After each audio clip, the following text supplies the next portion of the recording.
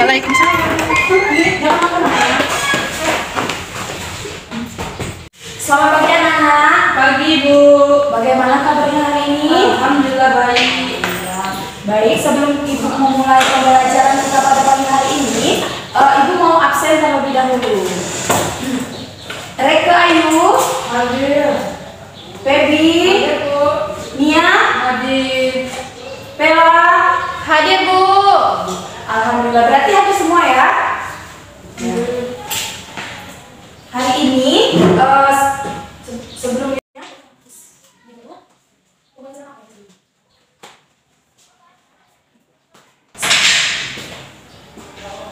mata pelajaran kita hari ini adalah ulumul hadis. Ada yang masih ingat materi kita minggu lalu apa? Doib. Iya. Apa itu pengertiannya Nia? Hadis doib itu adalah salah satu hadis yang tidak memenuhi salah satu syarat dari hadis sahih maupun hadis hasan. Ya, betul sekali. Berarti anak-anak semua masih ingat kan materi kita minggu lalu? Oke Bu. Baik, ada yang tahu materi kita minggu ini Ibu akan membahas apa? Nia, apa materi kita minggu ini? Itu hadis maudhu sama ashabul. Kan Ibu udah memberikan gambaran minggu lalu. Baik, Belajar berarti. iya. Ibu akan mengajar tentang hadis maudhu. Ada yang tahu pengertian dari hadis maudhu ini?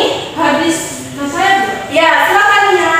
Hadis maudhu itu adalah hadis yang tidak Lanjutkan. Menurut Nia aja dulu. hadis yang palsu. Ya, hadis maudhu itu adalah atau hadis palsu yang diada-adakan yang diucapkan atau dibuat oleh seseorang, yang dibuat oleh seseorang, dan orang itu menisbahkan atau mengatasnamakan Rasulullah SAW. Baik, sampai di sini tentang pengertian hadis maudhu, apakah sudah dimengerti anak-anak? ngerti Bu. Selanjutnya, setelah pengertian, di sini Bu akan menjelaskan tentang asal mula munculnya hadis maudhu ini. Hadis maudhu. Ada yang tahu tahun berapa asal mulanya? Coba, Nia. Ya, betul nak. Abadnya itu. Ya, hadis maudhu ini muncul pada 41 Hijriah. Apakah anak-anak sekalian tahu mengapa bisa muncul hadis maudhu ini? Tidak. Tidak ya.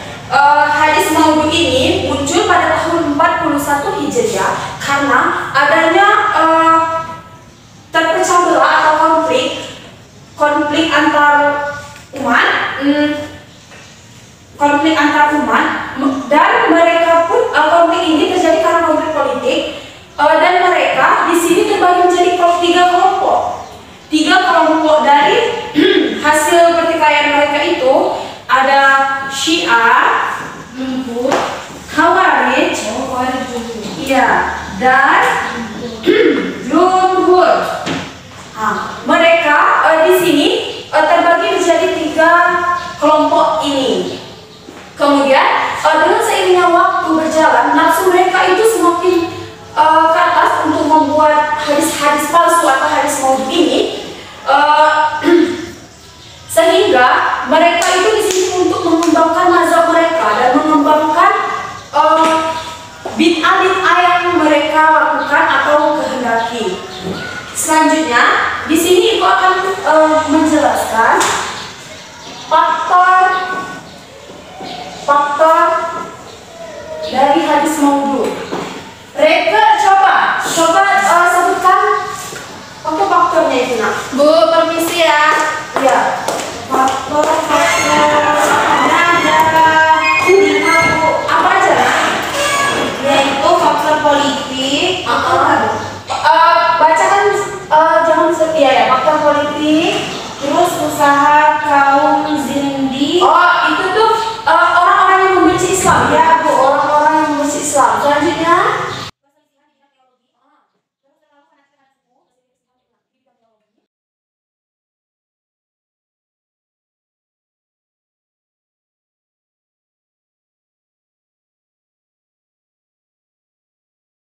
Yang pertama faktor-faktor itu ada faktor politik. Faktor yang mendukung munculnya hadis maudhu ini itu yang pertama, faktor yang paling utama itu karena faktor politik. Untuk memenangkan suatu politik, mereka membuat hadis-hadis maudhu atau hadis palsu untuk menakut-nakutkan orang, seperti itu. Kedua itu kumpulan orang yang membenci Islam. Orang-orang yang membenci Islam itu senantiasa membuat hadis palsu untuk mengalahkan Islam, kan Bu? Karena jadi mereka membenci Islam dengan membuat hadis maudhu atau hadis palsu ini, mereka senantiasa bisa mengalahkan Islam secara halus. Selanjutnya pasalnya di bidang teologi. Ada yang tahu di bidang teologi itu apa? Ya. Di bidang teologi itu di bidang ketuhanan. Akan di bidang ketuhanan yang mana mereka itu kan agama itu banyak. Mereka itu mau mengalahkan Islam, tapi secara diam saja. Jadi mereka membuat hadis-hadis palsu agar orang mempercayai hadis tersebut. Selanjutnya yang keempat itu fanatik terhadap suku. Suku bisa juga fanatik terhadap pemimpin. Mereka membuat hadis palsu itu supaya terlihat paling wow seperti itu. Nah, contohnya itu paling wow di depan pemimpin. Kalau contohnya kita untuk sehari-hari, semisal reka mau nampak di mata ibu itu baik, maka reka itu selalu membuat karangan-karangan untuk supaya di depan ibu itu dia terlihat baik gitu.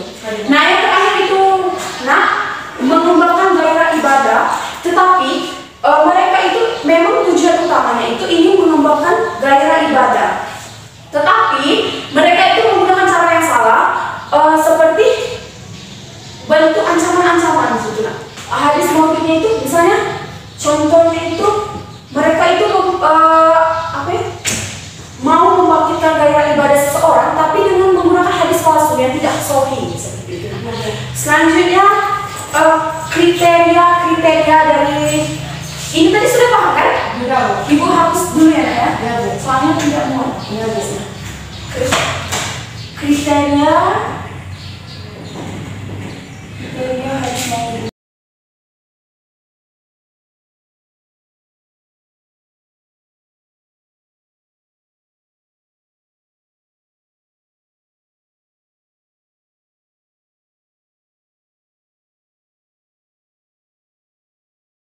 Ini kejanggalan atau rusaknya makna itu, contohnya mereka itu memburuk-burukkan gitu, seperti itu.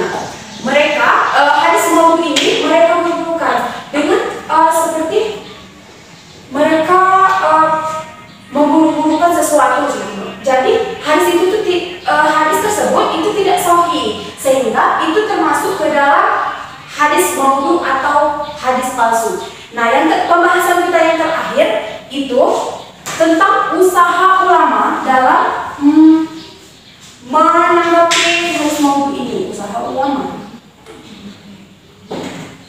ulama ada yang tahu usaha ulama apa saja? Ulama itu meneliti sanad, pokoknya meneliti sanad dari hadis tersebut.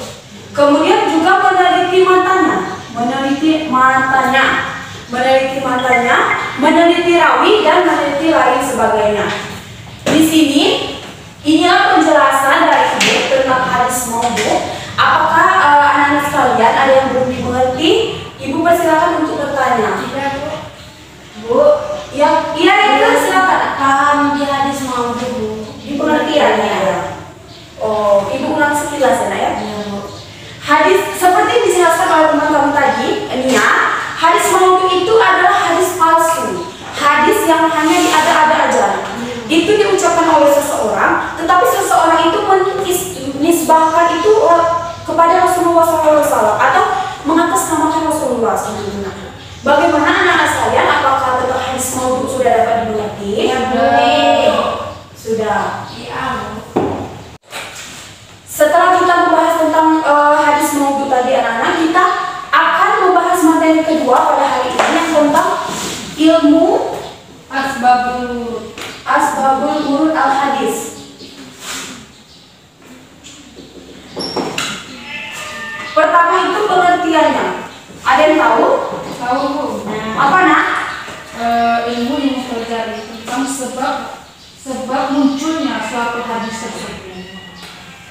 Oh, iya. Itu di sini ada dua kata, asbab dan wurud. Asbab artinya sebab dan wurud artinya apa? Muncul atau datang. Datangnya sesuatu kan? Datangnya gitu. Jadi secara sederhana dapat kita klasifikasikan bahwa anak jangan lupa bahwa ilmu asbabul wurud al-hadis adalah sebab-sebab datangnya sesuatu atau sebab-sebab turunnya hadis. Begitu? Ya. Bagaimana tidak di pengertian? Apa masih ada yang ingin ditanyakan pengertian? Ada. Selanjutnya yang terakhir itu contoh dari ilmu asbabul wurud al-hadis. Contohnya itu seperti Nabi Muhammad SAW bersabda, janganlah kamu berziarah kubur dan janganlah kamu berziarah kubur, namun sekarang berziarahlah. Hadis riwayat Muslim. Di sini asbabul wurud dapat kita klasifikasikan bahwa dulu Nabi Muhammad SAW melarang kita untuk berziarah kubur karena ada ketakutan tersendiri, karena pada zaman itu kan masih zaman jahiliyah. Jadi zaman jahiliyah itu Nabi takutkan akan kembali seperti menyembah kuburan seperti itu. Nah, tapi kan sekarang kita itu agamanya sudah kembali ke Islam. Jadi Nabi Muhammad SAW memberikan izin atau memberikan suatu hadis yang mengizinkan kita untuk berziarah kubur itu agar kita mengingat kematian dan akhirat seperti itu. Bagaimana? Apakah anak-anak sekalian ada yang masih ingin ditanyakan mengenai materi kita pada hari ini tentang hadis maut dan ilmu asbabul wurud al-hadis? Bagaimananya? Sudah paham? Sudah. Baik, jika kalian semua sudah paham, sampai sinilah materi kita pada hari ini, pertemuan kita. Ibu memohon maaf. Sebelumnya, jangan lupa anak-anak sekalian belajar, buka bukunya. Untuk minggu depan itu kita akan mempelajari tentang hadis sahih, hasan dan dhaif. Tolong dipelajari, nanti ibu akan bertanya kepada kalian satu-satu. Baik, sebelum ibu tutup, apabila ada kesalahan dalam ibu mengajar dan menyampaikan materi-materi, ibu mohon maaf kepada Allah, ibu mohon ampun. Ibu akhiri wabillahi taufiq wal hidayah. Wassalamualaikum warahmatullahi wabarakatuh.